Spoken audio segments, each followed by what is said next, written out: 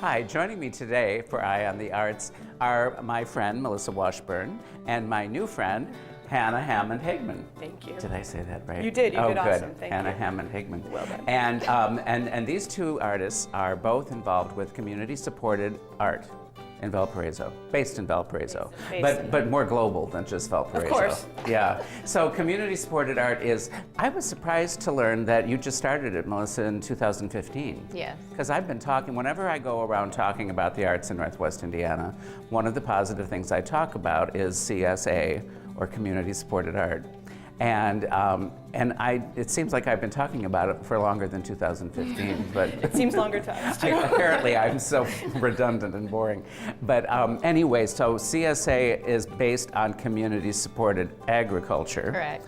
Which I still don't know what that is. So why don't you explain? Sure. the concept? That's a model that's been around for about 20 years, and it's an opportunity for people to support local farmers by buying what's called a share in the farm. So you invest in the farm's season at the beginning of the season, and your dividend is produce all summer or all season long that the farm produces. So it's kind of an innovative way for farms to raise the money that they need to go into their farming season, and it's a way for people to get locally grown produce at a good cost. And now turning it into an art thing, and an art commodity, is that your idea that is exclusive to you in the whole wide world? No, it's a model from Springboard for the Arts out Okay. of Minneapolis. And Melissa attended a conference, I believe, in Indianapolis, and where the Springboard executive director spoke about the model. And so we purchased the toolkit from Springboard, and then we met and started to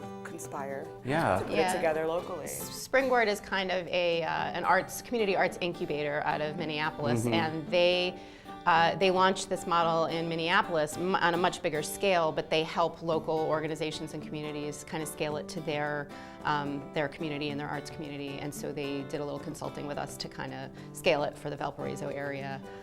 We were the first in Indiana, I believe. Okay. There are now CSA programs running in Bloomington and Fort Wayne.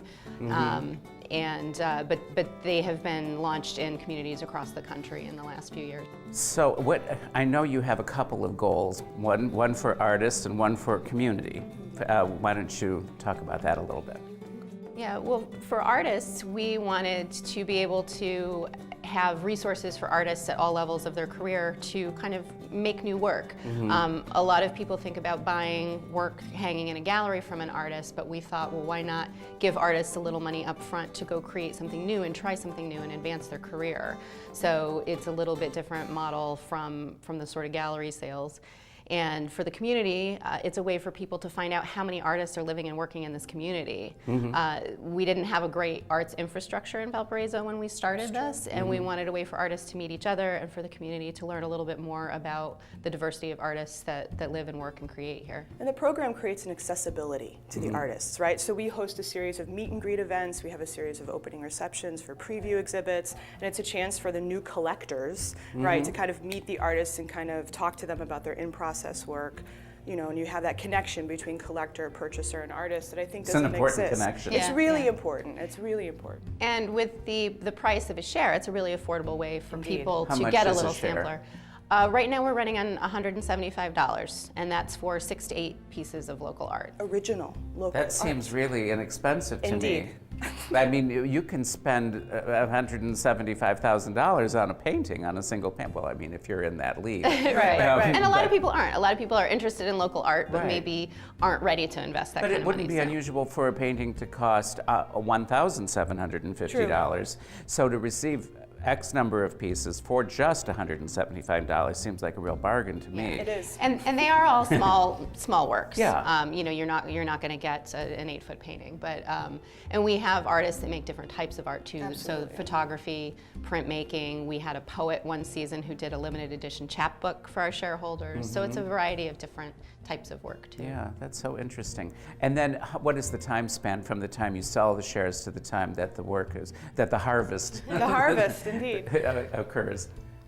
This season it'll be about 7 months. Okay. Right, from acceptance. We do an open call, and Melissa and I jury the artists that are chosen based on variety and quality, and then they'll have like about 7 months to produce. the work for pickup. And do you have a kickoff event for this season? We do. That's usually our season preview exhibit. Okay. We had a great partnership with the Porter County Museum for our first 2 seasons, so they hosted an exhibit with all of our artists, and that gave people a chance to be introduced to the artists and what kind of work they produce, and also some socializing. Yeah. And this year, though, now that we're working with artists from Lake, LaPorte, and Porter counties, we actually are going to run our season preview show in venues in each of those All 3 counties. counties. So we've made a lot more work for ourselves, but it'll be bringing the art to people in all those communities and hopefully expand our audience of buyers as well. And exposure for the artists involved to all 3 And I was counties. excited to see that one of your venues is going to be South Shore Arts at the Artful Garden. Yes, in we're Crown Point. grateful. We're Thank very you. excited about Yay. that. That's a good setting for you. It's a perfect venue So for the it. work that will be exhibited in this sort of traveling preview is work from previous seasons. No, it's work from the chosen artists for the season, I right? see. So people can come in and kind of get a taste of the type of work that each of our season's artists creates. Yeah. It's such an interesting concept. And the interesting thing too is that we're ever expanding our network of artists. We now have 24 artists who are alums of the program, and they've all met one another. Some have gone on to collaborate together, and it's been nice to have that sort of base of people that we're connected to and who are connected to each other. It's a community. It is a community. You're building a community, and you're building a support group for the arts and the artists and the specific artists as well. But it sounds like you're really helping to cultivate collectors as well as artists. We hope. Yeah, That's one of the goals. it's a good thing. It is a good thing. This is and it's very grassroots. Very grassroots. Yeah. Yeah. So as which you is said, kind of where our accessible. hearts lie. And so, are you currently accepting proposals for? We are. Sure are. And how do these interested parties contact you? Our website is csartvalpo.com, and we have a whole the guidelines there for submitting work. The deadline's March 15th. What we ask for is to see some existing work by the artists, and then for them to write a brief proposal about what they'll make. If they have 7 months and $1,000, how are they going to make their 50 pieces of work? What do they want to explore? So. And I want to touch on one last thing, which is you mentioned the infrastructure for the arts in Valparaiso not being strong when you started. Is there an improvement? Absolutely. Absolutely. In what form?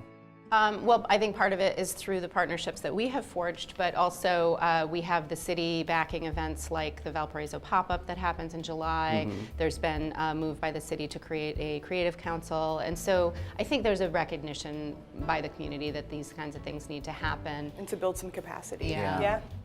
So I feel like we struck at the right moment. We with sure CSA did. Valpo. Yeah, you're in the Sure right did. place at the right Because time. part of our shareholders are that we reach out to local businesses who sponsor the CSA. So they, like here at the Pines, they get also artwork as part of their share. So we have a really great relationship And with you local mentioned businesses. that there's an archive of work from CSA it's here at the amazing. Pines. It's That's beautiful. Yeah, nice. they have a whole a permanent hallway. collection. Yeah. Yeah, that's Yeah, great. Well, I thank know. you for sitting down and thank you. talking with Thank me you so about much. community-supported art.